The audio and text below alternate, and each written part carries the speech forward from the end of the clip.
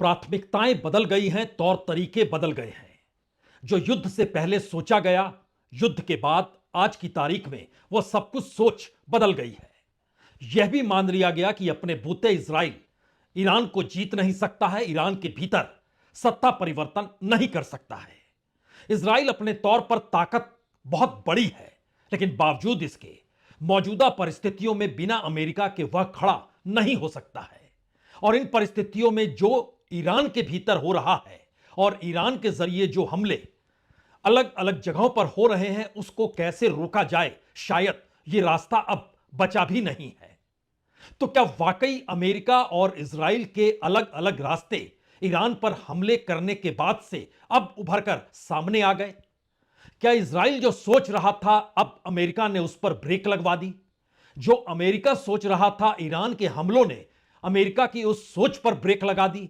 दरअसल यह ऐसी परिस्थिति है जिसको खुलकर कल बेंजामिन नेतान्याहू जब सार्वजनिक तौर पर सामने आए और पत्रकारों के सवालों का जवाब देने लगे, तो एक एक परतें खुलने लग गई। एक झटके में उन्होंने कहा, बिल्कुल सही, अमेरिका और इजराइल का हमला चाहता जरूर था कि वह ईरान के भीतर सत्ता परिवर्तन कर दे, लेकिन सत्ता परिवर्तन हो पाएगा बहुत मुश्किल है। या सत्ता परिवर्तन की दिशा में मौजूदा वक्त में जो सुप्रीम लीडर मुज्तबा खमनेई है, उनके हाथ में कितनी कमान है हम नहीं जानते हैं। और उसके बाद की परिस्थिति में एक झटके में जो एक बरस पहले युद्ध के बाद जिस बात का ऐलान किया गया था कि न्यूक्लियर वेपन्स ईरान के पास नहीं है, वह भी बोलते बोलते बदल गए। यानी यह हमला ईरान के पास न्यूक्लियर वेपन्स ना आए इसके लिए हो रहा है। जब बातचीत की टेबल पर अमेरिका के साथ ईरान बैठा था, तो उस वक्त एक ही सवाल था। ईरान ने साफ तौर पर कह दिया था कि हम न्यूक्लियर हथियारों को लेकर तो बातचीत करेंगे, लेकिन मिसाइल प्रोग्राम को लेकर बातचीत नहीं करेंगे। अमेरिका भी मान गया। लेकिन अब बेंजामिन नेतान्याहू कह रहे हैं, न्यूक्लियर हथियार और बैलिस्टिक मिसाइल जो वहां बन रहे हैं, वो इतनी तेजी से बनते हैं कि उसे ध्वस्त करना जरूरी है, अन्यथा वो अमेरिका और इजराइल को खत्म कर देंगे। यह बिल्कुल अलग प्राथमिकता है, अलग लक्ष्य है जब युद्ध की शुरुआत हुई थी। लेकिन बात इतनी सी नहीं है। बात तो तब शुरू हुई जब अलग अलग रास्ते पर यह युद्ध चल तो पड़ा है, लेकिन इस हकीकत को इजराइल अब मान रहा है कि बिना अमेरिका के वह ईरान से तो लड़ ही नहीं सकता। तो अगला सवाल यह भी था, अमेरिका की जरूरत है कि दुनिया भर के भीतर जो तेल की बढ़ती कीमतें हैं वो ना बढ़े। दुनिया भर की अर्थव्यवस्था को लेकर हर कोई अगर अमेरिका की तरफ देख रहा है तो वो अमेरिका से ही बातचीत करे। लेकिन इस दौर में सब कुछ पलटने लगा। दुनिया के कई देश, उस कतार में खास तौर पर एशियाई देश हैं, उन्होंने सीधे तौर पर ईरान से बातचीत करनी शुरू कर दी। अमेरिका के लिए यह शायद सबसे कठिन वक्त है जब युद्ध हो रहा है। उस युद्ध में वह खुद एक बड़े प्लेयर के तौर पर मौजूद है और दुनिया के भीतर इकोनॉमिक्स को वो तय करना चाहता है। उस दौर में एनर्जी को लेकर जो क्राइसिस हुआ, उसमें अब वो देश जो कभी अमेरिका से बातचीत करते थे, साथ में खड़े होते थे, अब वो अपना रास्ता टमाने के लिए, यानी रास्ता बनाते हुए आगे बढ़ने के लिए वो सीधे तौर पर ईरान से बात कर रहे हैं। और शायद इसीलिए बात होते होते यहां तक आ गई, अगर अमेरिकी राष्ट्रपति ने कह दिया कि अब इजराइल किसी भी हालत में उस जगह पर हमले नहीं करेगा जहां से दुनिया का इंफ्रास्ट्रक्चर जो एनर्जी से जुड़ा हुआ है उसको नुकसान पहुंचे, क्योंकि जो नुकसान पहुंचा उसके बाद जो खास तौर से नेचुरल गैस फील्ड में हमला जो ईरान के ऊपर इजराइल ने किया, उसके बाद की परिस्थितियों में ट्रंप को जब यह कहना पड़ा हमें पता नहीं था और अब यह हमला नहीं होगा, तो नेतान्याहू ने भी कहा, राष्ट्रपति ट्रंप कह रहे हैं, उनकी बात आदर सहित हम मान लेते हैं। Most important coordination, but in practice, President Trump and I speak regularly. We discuss things. Our staffs discuss things. Our militaries are in close coordination as never before. But ultimately, President Trump makes his own decisions. And do I respect them? Yes, I do. The question is whether you would or could. तो Israel को रुकना पड़ा, लेकिन Iran कैसे रुकेगा? Iran के अपने अस्तित्व का सवाल है और इजराइल के अस्तित्व का सवाल अमेरिका से जुड़ा है और अमेरिका के अस्तित्व का सवाल वर्ल्ड इकोनॉमी से जुड़ा है। तीनों अपने अपने दायरे में अपने अपने होने या अपने आप को खोने के एहसास में इस युद्ध को कितना लंबा खींचेंगे और उस युद्ध से जो भी घाटा या कहें अर्थव्यवस्था का डामाडोल तमाम जगहों पर हो रहा है, हर कोई इसका रास्ता भी अब खोजना शुरू कर चुका है। लेकिन इस दायरे में मुश्किल यह है कि इजराइल पूरे तरीके से अमेरिका पर निर्भर है। उसकी अपनी व्यापार नीति, उसकी अपनी इकोनॉमी दुनिया के दूसरे देशों के साथ इस तरीके से बिल्कुल नहीं चलती है जैसे ईरान की चलती है, जैसे चीन की चलती है, रशिया की चलती है या दुनिया के किसी भी देश की चलती है। वो खुद माइनस अमेरिका खुद को खड़ा कर ही नहीं सकता है। और शायद यहीं से एक बड़ा सवाल शुरू हुआ। होर्मुज रूट से जहां हर दिन 100 जहाज गुजरते थे, युद्ध के बाद से एवरेज वो 5 से 6 जहाज गुजर रहे हैं। ईरान ने लगभग 12वें दिन इस बात का जिक्र कर दिया था कि अब वो टोल वसूलेगा, टैक्स वसूलेगा जो भी गुजरेगा। तो ऐसे में जो प्राइवेट कंपनीज टैंकर्स लेकर जाती है उनके जरिए उसने टैक्स वसूली की शुरुआत कर दी। और ऑयल टैंकर कंपनी जो प्राइवेट थी उसने $2 मिलियन ये एक सेफ पैसेज देने के लिए था। यानी नया सवाल यह है कि अब ईरान को अपनी इकोनॉमी को साधना है तो होर्मुज रूट अब वो बिना टोल टैक्स के किसी को जाने देगा नहीं। यानी पहला मैसेज अमेरिका समेत उस पूरी दुनिया के लिए जिनकी इकोनॉमी दुनिया पर राज करती है, मैसेज है कि अब इन्फ्लेशन बढ़ेगा, महंगाई बढ़ेगी, तेल की कीमत बढ़ेगी। क्योंकि तेल जब महंगा निकलेगा उस रास्ते से तो वह बिकने की दुकान तक पहुंचते पहुंचते कहीं ज्यादा महंगा हो चुका होगा। लेकिन यहीं पर एक दूसरा सवाल और बड़ा हो गया। अमेरिका इस दौर में खाड़ी देशों को और सुरक्षा देने के लिए जिस बात का जिक्र कर रहा है वो वाकई हैरानी वाली बात है। क्योंकि अमेरिकी कैबिनेट ने लगभग $23.5 बिलियन के हथियार बेचने को मंजूरी दे दी। जी, इस युद्ध काल में अमेरिका खाड़ी देशों में, उसमें खास तौर से यूनाइटेड अरब अमीरात, कुवैत और जॉर्डन, इन तीनों को हथियार वो बेच रहा है। कल तक सुरक्षा देने के नाम पर वहां से पैसा लेकर हथियार स्थापित किए गए, उन हथियारों को वहां से चलाया गया तो ईरान ने हमला कर दिया और ईरान के हमले से फिर बचाने के लिए अब दोबारा से हथियार उन्हीं देशों को बेचा जाएगा। यानी जिनकी रिफाइनरिंग जल रही है, जहां पर तेल प्रोडक्शन रुक गया है, जहां पर गैस प्रोडक्शन रुक गया है, उन देशों को अब अपनी सुरक्षा के लिए और हथियार खरीदने होंगे। वॉल स्ट्रीट जर्नल ने एक रिपोर्ट दायर की। उसके मुताबिक यूनाइटेड अरब अमीरात को मिसाइल, ड्रोन, रडार, F-16 गोला बारूद, जो थार रडार कंपोनेंट है, जो एंटी ड्रोन प्रणाली है, इन सब को बेचा गया यूनाइटेड अरब अमीरात को दिया जा रहा है $8.4 बिलियन में। कुवैत को जो lower tyre air and missile defence system होता है और जो सेंसर रडार होता है वो तकरीबन $8 बिलियन में उसको बेचा जा रहा है। जॉर्डन को $70.5 मिलियन का एयरक्राफ्ट और गोला बारूद बेचा जा रहा है। दरअसल इसकी नब्ज को पकड़े उससे पहले 3 बातें बड़ी महत्वपूर्ण हैं। पहली बात तो यह है कि अब अमेरिका कहां हमला करेगा और कितना कमजोर करेगा ईरान को। और अगर बेंजामिन नेतान्याहू की बात माने तो ईरान कमजोर हो चुका है, खोखला हो चुका है, लेकिन रिजिम चेंज वो नहीं कर सकते हैं, वो तो वहां की जनता को करना होगा। अमेरिकी राष्ट्रपति भी कई मौके पर कह चुके हैं कि हमने सब कुछ ध्वस्त कर दिया।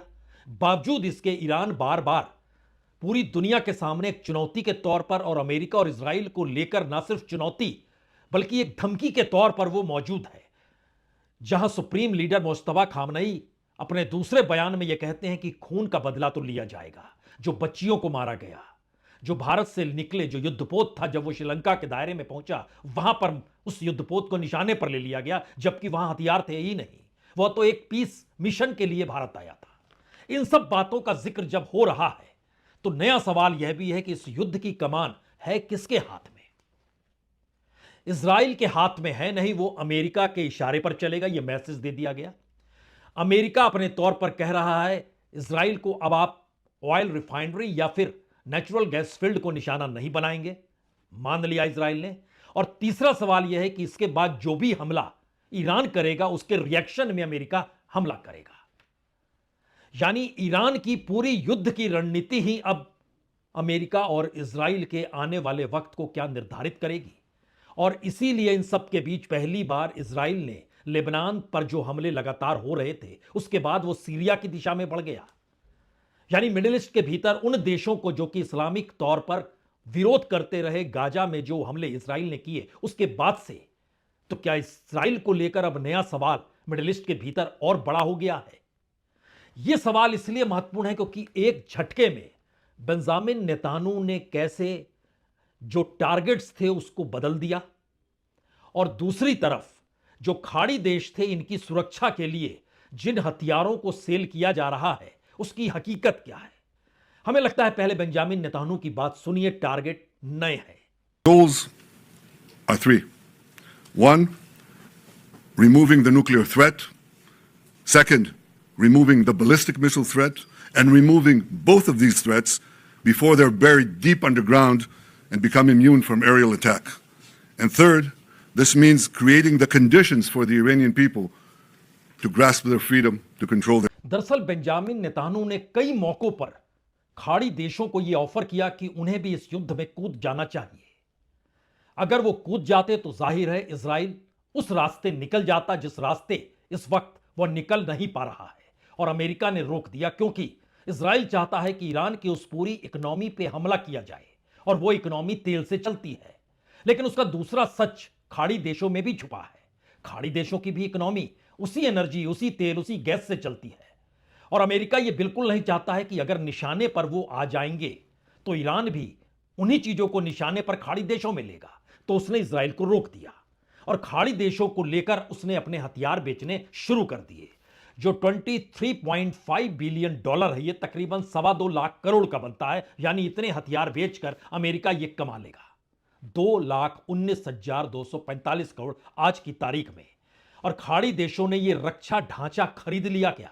और रक्षा ढांचा इससे पहले जो अमेरिका का था उसमें ईरान ने जब सेंध लगा दी और हमले एक के बाद एक करने लगा, तो ऐसे में क्या अमेरिका के सामने यह संकट था? तब तो दुनिया का कोई देश उससे रक्षा की उम्मीद नहीं करेगा और रक्षा की एवज में पैसा नहीं देगा। तो ईरान की इकोनॉमी बची रहे, इसीलिए ईरान के तेल पर रियायत देने का जिक्र, जो प्रतिबंध लगाया था, वो अमेरिका सोच रहा है। इसीलिए खाड़ी देशों को फिर से रक्षा कवच पहनाने का जिक्र अमेरिका कर रहा है। उसकी एवज में 2,19,000 करोड़ रुपए उनसे लिए जाएंगे। लेकिन इसके भीतर का सच क्या है? और यह सवाल पूरे यूरोप के भीतर, ब्रिक्स के भीतर, नाटो कंट्रीज के भीतर क्यों गूंजने लगा? और यूरोपीय यूनियन की ब्रुसेल्स में जो बैठक चल रही है वहां पर भी यह सवाल खड़ा हो गया कि अमेरिका जिस युद्ध को कर रहा है उससे दुनिया को सिवाय नुकसान के कुछ नहीं, और परिस्थितियां नाजुक होगी और कुछ नहीं। लेकिन एक क्षण के लिए खाड़ी देशों को जो रक्षा कवच अब अमेरिका देने का जिक्र कर रहा है उसकी हकीकत को समझिए। क्योंकि अमेरिका हवाई मार्ग से ही ईरानी सैन्य ठिकानों पर लगातार हमला कर रहा है, और खाड़ी देश अपनी रिफाइनरी, गैस क्षेत्र या एलएनजी टर्मिनल, या फिर यह कहें कि जहां जहां उनका डिसएलिनेशन प्लांट्स है, वो हथियारों के रेंज में ना आए तो उन्हें रक्षा के लिए अमेरिका के हथियारों की जरूरत है। और इस व्यवस्था में अमेरिका राजनीतिक लागत जो उसकी लग रही है उसकी एवज में वो सारी चीजें कर रहा है। लाभ किसे होगा? लाभ हथियार बनाने वाली कंपनियों को होगा। वो कंपनियां कौन हैं?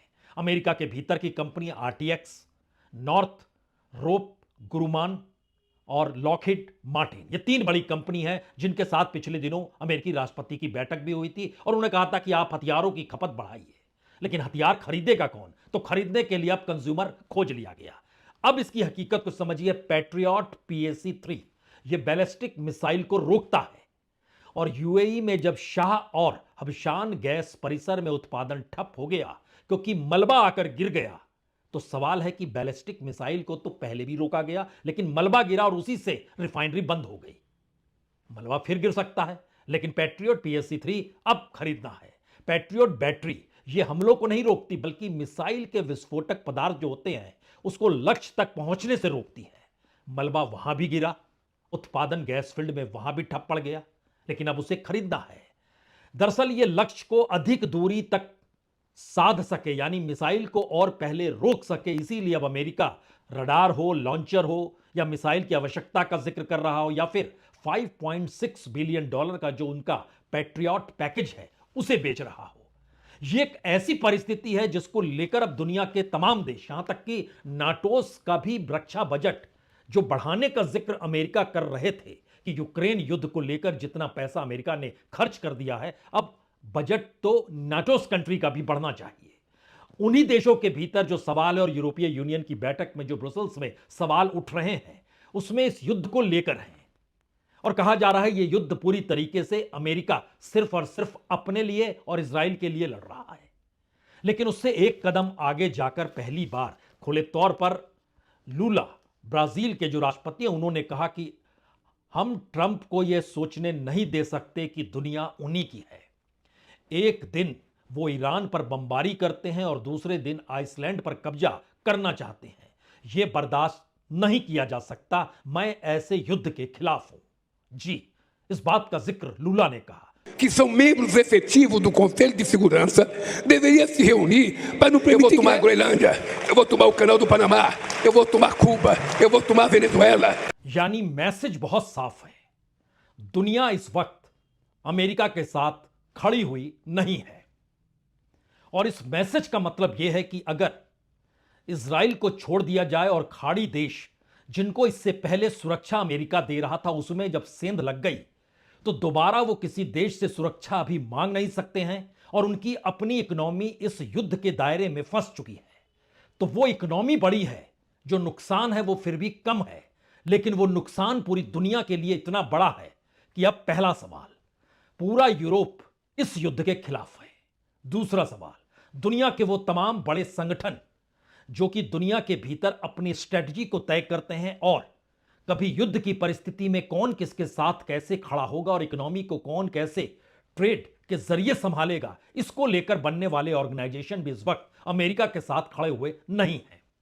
तीसरा सवाल, इस दौर में इंटरनेशनल लॉ खत्म हो गया और जब इंटरनेशनल लॉ खत्म हुआ तो फिर इस युद्ध को रोकेगा कौन, यह कोई नहीं जानता है सिवाय इसके कि अमेरिका एक दिन फैसला कर ले या फिर ईरान कुछ बातों को मानते हुए यह कह दे कि ठीक है अब सीज फायर। दोनों स्थितियां आने की दिशा में बढ़ नहीं रही है, यानी एक ऐसी शून्यता है अंतर्राष्ट्रीय तौर पर जो रास्ता दिखला तो रही है लेकिन रास्ता कहीं नहीं है, यह भी बतला रही है। चौथा सवाल, इन सब के बीच इस युद्ध की कमान पूरे तरीके से अब ईरान के हाथ में चली गई है। ईरान की हरकत तय करेगी, उसके हमले तय करेंगे कि आखिर में इजराइल और अमेरिका को किस दिशा में कैसे हमले करने हैं और शायद इसी दायरे में खाड़ी देश भी आकर फंस चुके हैं। और पांचवा और सबसे बड़ा सवाल, इस दौर में पहली बार दुनिया के सामने जब एनर्जी संकट सबसे बड़े संकट के तौर पर उभरा है तो कोई भी अमेरिका का दरवाजा नहीं खटखटा रहा है। सारे देश आपस में बातचीत कर रहे हैं। भारत भी यहां अपने यहां एलपीजी मंगाने के लिए रूस से बातचीत कर रहा है, दुनिया के दूसरे देशों से बातचीत वो कर रहा है। लोग ईरान से बात करने लग गए, ईरान को टोल टैक्स देकर अपने टैंकर्स को निकालने की सोचने लग गए। अमेरिका भी पैसा कमाने के लिए या कहें भरपाई करने के लिए या फिर जितना खर्च हुआ है उसकी एवज में वो खाड़ी देशों को दोबारा से रक्षा कवच पहनाने की एवज में $23.5 बिलियन तो ले रहा है। इसीलिए पांचवा सवाल यह है कि पहली बार दुनिया पर मंडराते संकट में कौन किसके पास जाएगा, उस दिशा में अमेरिका का नाम कहीं कोई ले नहीं रहा और यह शायद अमेरिका की अंदरूनी राजनीति का सबसे बड़ा संकट है और शायद अमेरिका की जो अतीत की जो भी डिप्लोमेसी और फॉरेन पॉलिसी रही वह भी इस वक्त सिर्फ और सिर्फ ट्रंप की डिप्लोमेसी और फॉरेन पॉलिसी में तब्दील हो चुकी है, जहां पर अमेरिकी नागरिक, अमेरिकी सेना, पेंटागन और जुड़े हुए लोग जो संस्थानों से हैं वो सवाल उठा रहे हैं। इसीलिए इन्हीं परिस्थितियों से बचाने के लिए या खुद को बचाने के लिए नेतान्याहू को भी कहना पड़ गया। अमेरिकी राष्ट्रपति चाहते हैं कि हम ऑयल फील्ड पर, गैस फील्ड पर, ऑयल रिफाइनरी पर हमला नहीं करें तो नहीं करें।